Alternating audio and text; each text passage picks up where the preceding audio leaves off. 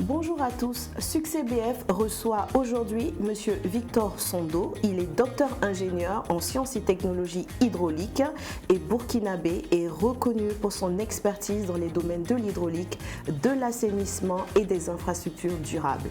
Installez-vous confortablement et ne partez pas pour ne rien manquer de cette success story. Victor, ici on se parle de tout, on se dit tout et on se tutoie. Est-ce que vous acceptez le principe du podcast? On y va. Parfait. Alors on va faire une petite présentation pour un peu résumer ce parcours qui est quand même extraordinaire. Je vais tenter de juste mettre quelques diplômes parce qu'il y en a beaucoup avec les formations, mais on ne peut pas tout citer. Alors Victor, tu es marié, tu es le papa de plusieurs enfants et ton épouse dit de toi que tu es une personne très engagée pour ta famille et pour tes enfants, comme pour toutes les choses qui te tiennent à cœur. Alors tu es passionné par les défis du développement durable en Afrique. Depuis plus de 15 ans, tu travailles sur des projets structurants dans les domaines de l'hydraulique et de l'assainissement. Alors, tu es né un 23 juillet 1982 et tu as étudié au Burkina Faso, au Bénin et au Sénégal. Alors, de tes premiers pas en génie civil jusqu'à l'obtention d'un doctorat à l'université de Thiès au Sénégal, au sein de l'école doctorale de développement durable et société. J'espère que je dis bien. Très bien. Alors, avec une spécialisation en sciences et technologies hydrauliques. Alors, ton parcours est un modèle d'excellence et de détermination. Aujourd'hui, dans Succès BF, nous avons donc l'immense honneur de te recevoir afin que tu puisses partager ton histoire, ta vision pour une Afrique qui construit un avenir dans le respect de l'environnement et des populations. Très bien. Alors, on va passer à la première question. Comment tu te sens à l'énoncé de ce résumé qui concerne ton parcours professionnel? Comme toute personne qui entend parler de lui, je pense que ça fait plaisir. Ça fait plaisir de l'entendre. Je te remercie. Et avant de poursuivre, permets-moi de m'acquitter d'un devoir, c'est celui de te dire merci de me recevoir dans ton studio aujourd'hui. Alors on y a longtemps pensé, aujourd'hui c'est chose faite et je te dis merci pour cette initiative, merci pour ce que tu donnes à cette émission, de tout le temps que tu donnes, de tout, j'imagine, toute l'énergie que tu donnes et bravo à toute l'équipe qui est derrière et qui fait donc de cette émission une réussite et un succès également. Donc bravo. Merci. Et pour revenir à ta question, ce sont des mots très élogieux, très généreux en plus, donc à mon endroit et je voudrais dire merci et je prends ça avec beaucoup d'humilité. Et je prends ça surtout comme une invite à mieux faire et à plus donner pour être utile dans cette vie. Mais tu l'es. Merci. Alors dis-moi, est-ce que tu peux nous expliquer en français facile? Je sais que c'est pas toujours évident quand on est ingénieur, c'est pas toujours évident de parler simplement. Est-ce que tu peux nous expliquer simplement en quoi consiste ton travail? Qu'est-ce que tu fais au quotidien? Merci, c'est vrai, c'est également difficile de dire de manière très simplifiée, donc avec des mots vraiment très bien choisis pour équilibrer l'explication de ce que l'on fait au quotidien, parce que c'est un peu, je dirais, il y a un peu de tout. Alors, nous faisons des études. Donc, de faisabilité, des études de mise en œuvre et nous avons donc créé une structure qui s'appelle méthode ingénierie qui coiffe cette partie et ce chapitre études de mise en œuvre et suivi de contrôle de mise en œuvre de tout ce qui est ouvrage hydraulique.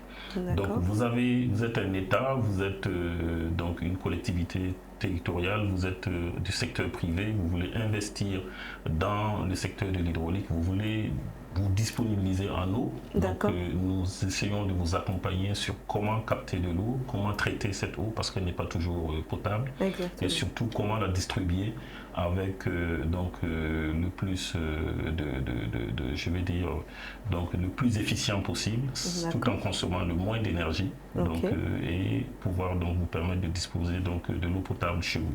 Donc en plus de ça, nous réalisons et nous faisons de la fourniture. Donc ça c'est une autre société qui s'appelle CREATP, donc qui assure ces fonctions de réalisation et de mise en œuvre de travaux hydrauliques, mais également de la fourniture d'équipements hydrauliques, donc aussi bien au Sénégal que dans les autres pays de la sous-région. D'accord. Donc ces deux sociétés sont présentes au Sénégal et au Burkina et dans d'autres pays de la sous-région. Une méthode d'ingénierie et de droit sénégalais, le CREATP est à la fois de droit sénégalais avec une filiale au Burkina Faso. D'accord. Donc voici un peu. Donc, donc tu vois les choses en grand. Les notions, voilà, on essaye. On essaye. D'accord. Alors, quel a été le moment décisif qui t'a orienté vers les métiers de l'hydraulique et de l'assainissement? Alors, à cette question, je dirais que l'eau et l'assainissement sont une seconde phase de ma vie professionnelle. Donc, de base, je suis ingénieur génie civil. Ouais. Et je suis à ce titre inscrit au tableau de l'Ordre des ingénieurs de Burkina Faso, donc avec un serment. Donc nous avons prêté serment devant donc, des personnes habilitées. Si je me souviens bien, tu as pris un billet d'avion et tu es venu à Ouaga pour ça. Absolument, absolument. Donc, parce que tout ce que nous posons comme action donc, doit être empreint de grandes responsabilités et surtout de déontologie et d'éthique donc, en la matière. Donc c'est suite à cela que j'ai choisi donc d'avoir une passion particulière donc pour les métiers de l'eau et de l'assainissement, et c'est ce qui m'a amené à aller au bout donc de cette recherche de la passion de ce secteur-là, donc qui m'a amené à aller faire une thèse, donc réfléchir pendant 4 années sur un sujet donc relatif aux questions donc des inondations donc de nos zones inondables en Afrique. Donc c'était plus ou moins l'objet de ma thèse. Donc c'est ce qui m'a amené donc à mûrir davantage la passion pour les questions de l'eau, le secteur de l'eau et de l'assainissement. En tout cas, bravo, parce que quand on est professionnel, quand on travaille, c'est pas évident de décider de faire une thèse, mais quand même tu as réussi ce défi-là. Et vraiment, je tiens à te féliciter parce que la thèse, c'est beaucoup de recherche, beaucoup de travail, de livres. Et pour ça, vraiment, je pense que tout le Burkina te dit merci. On n'a pas assez de docteurs, donc c'est très important souvent d'aller au bout et de le faire. C'est vrai, c'est vrai. Je dirais en résumé, on trouve toujours du temps pour ce qu'on aime. Oui, quand on aime un truc, on trouve toujours du temps pour... Mais quand on t'écoute, on sent que tu es hyper passionné dans ce que tu fais, donc je pense qu'il y a de ça aussi, il y a de la passion. C'est ça qui crée tout ça. Je concède. Ouais. Alors, quand on a une situation confortable, on travaille pour une entreprise quand même qui a une très belle renommée à l'international comme toi, quand tu étais à Dakar, qu'est-ce qui fait que tu décides de te mettre à ton propre compte? C'est pas facile, hein? C'est-à-dire on a un salaire hyper confortable là, quand même, avec plein d'avantages, parce que j'ai quand même une petite idée de tes avantages, je vais pas les citer ici, on risque de faire des jaloux, mais à Dakar tu étais franchement bien logé, donc comment tu décides, le pourquoi tu décides de dire ok, je lâche tout ça et je veux créer ma société? Comment ça se passe?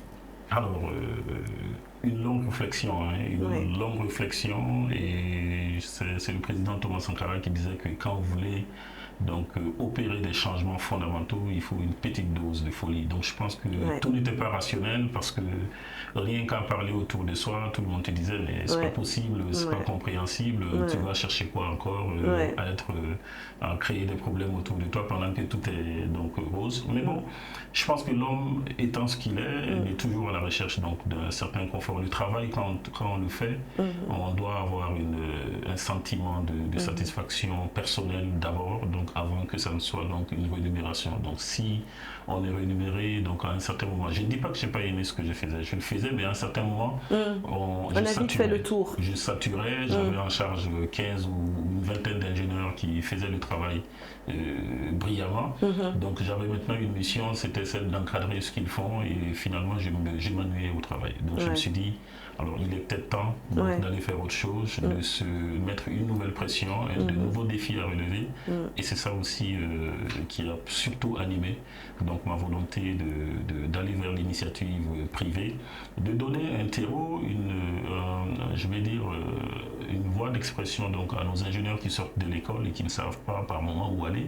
Donc aujourd'hui nous arrivons à employer une quinzaine, donc je pense que c'est déjà un début. C'est très bien. Le but c'est de pouvoir donc participer donc dans ce monde d'employeurs qui essayent d'employer donc le monde. D'accord, mais c'est vraiment très très bien.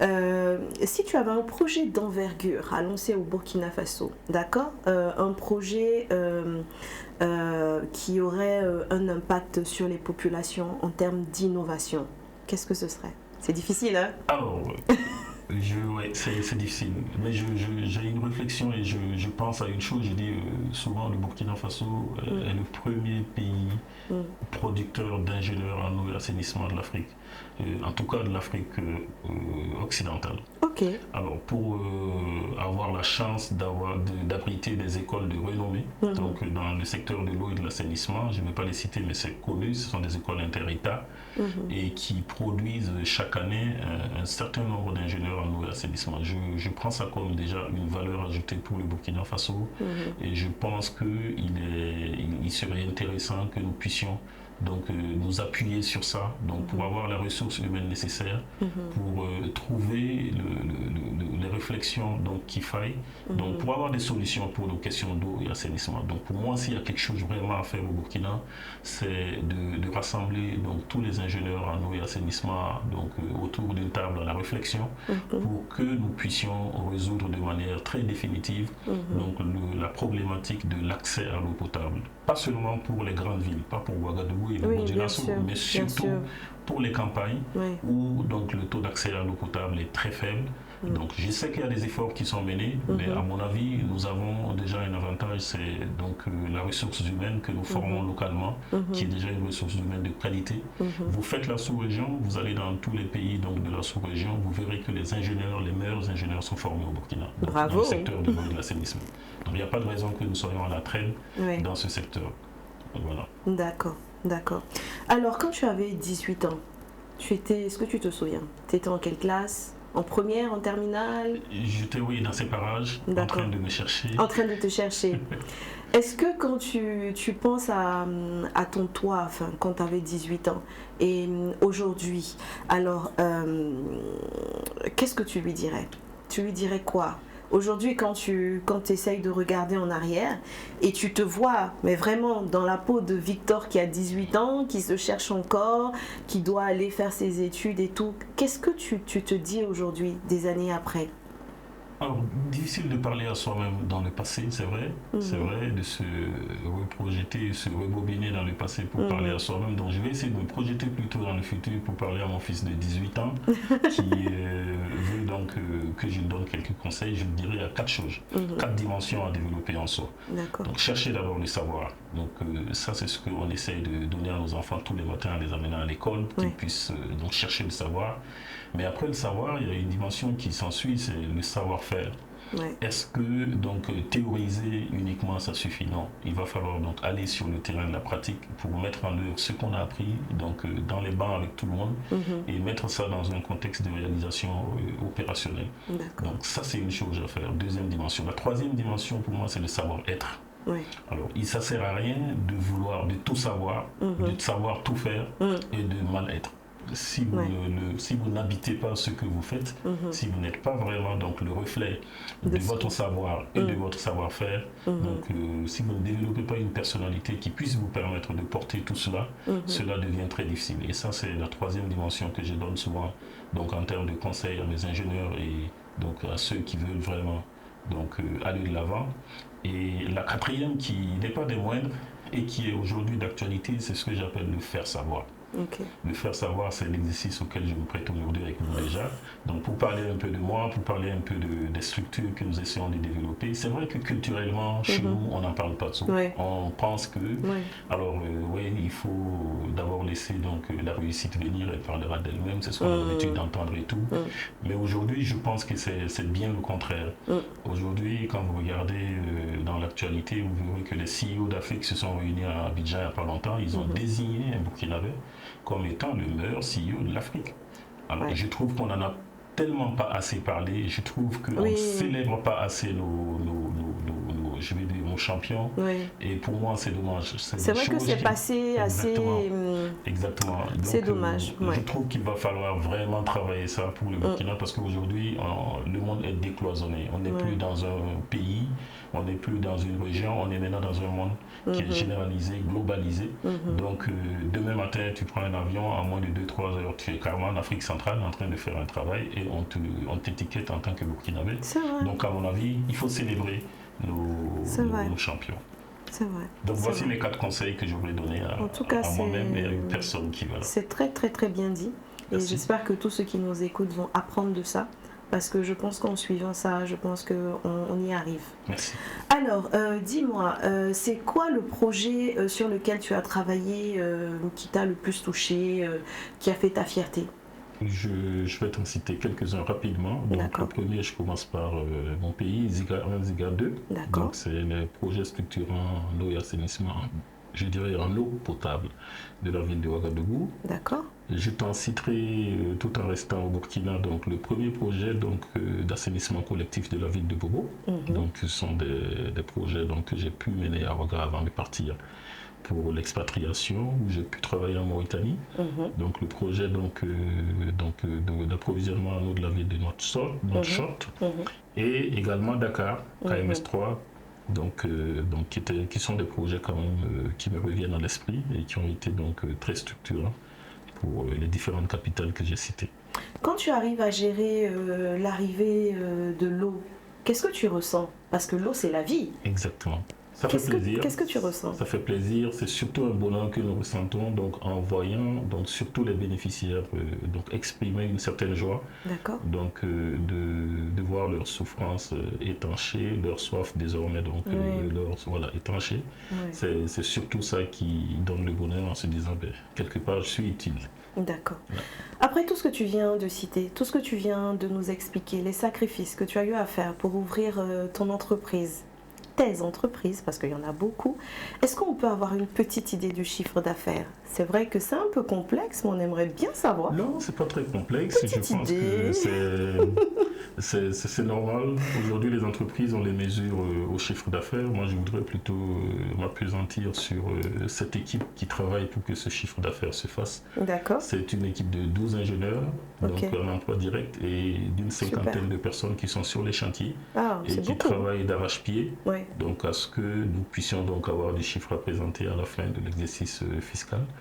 Et je dirais qu'aujourd'hui, nous sommes encore dans notre élan d'accroissement. Ouais. Donc, j'aurai le temps de parler du chiffre d'affaires. Tu reviendras ici? Je reviendrai pour en parler. C'est parfait.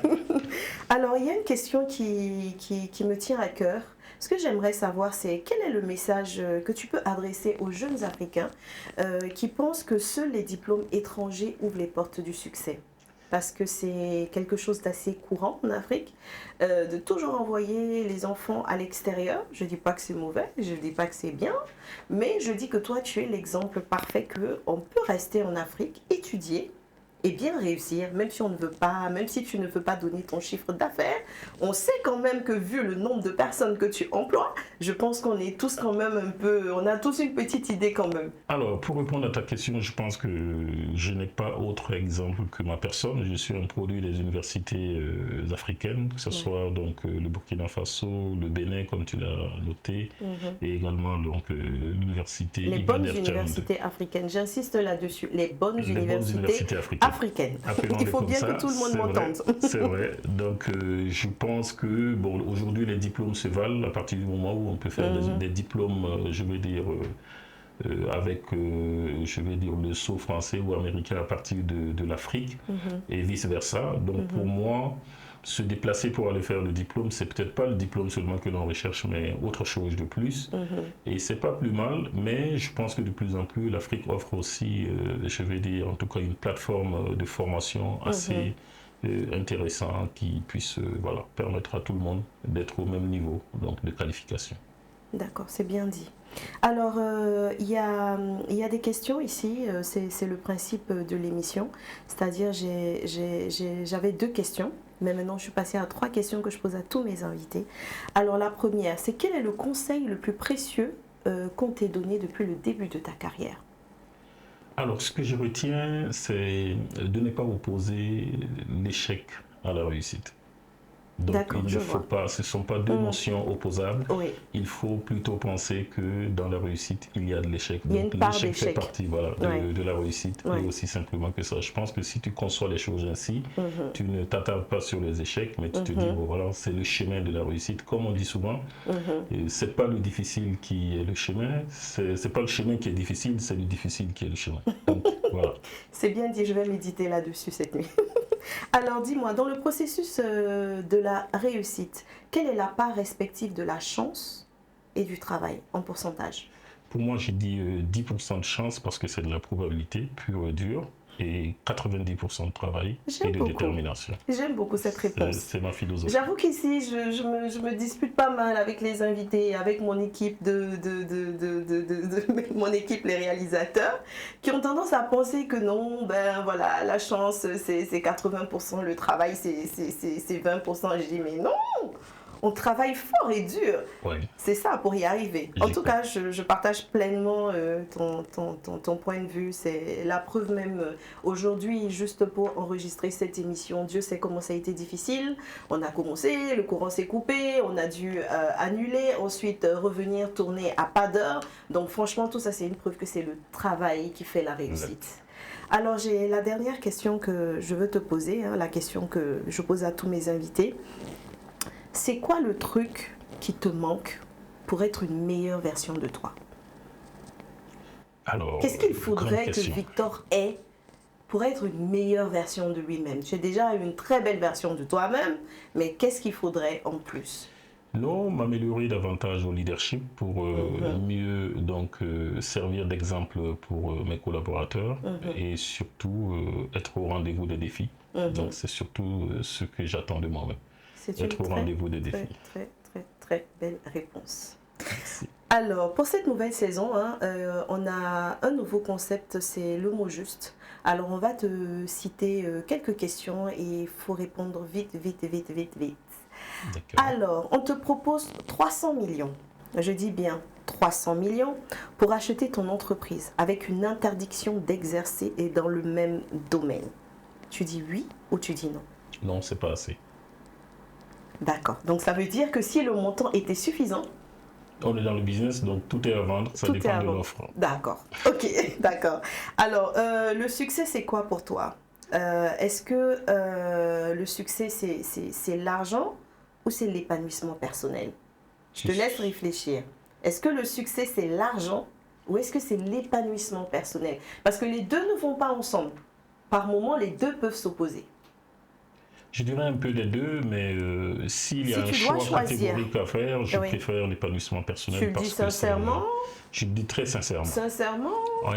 Pour répéter un grand homme qui disait que lui, il pense qu'on est riche ou on est dans le bonheur à partir d'une femme et d'un enfant, pas à partir d'argent. Donc pour moi, c'est tout ce que je partage la réflexion. Merci. C'est bien dit, c'est bien dit. Alors, qu'est-ce que tu détestes le plus chez les autres? Le déficit d'initiative et la passivité. Tu as de trop belles réponses. Voilà. Ok.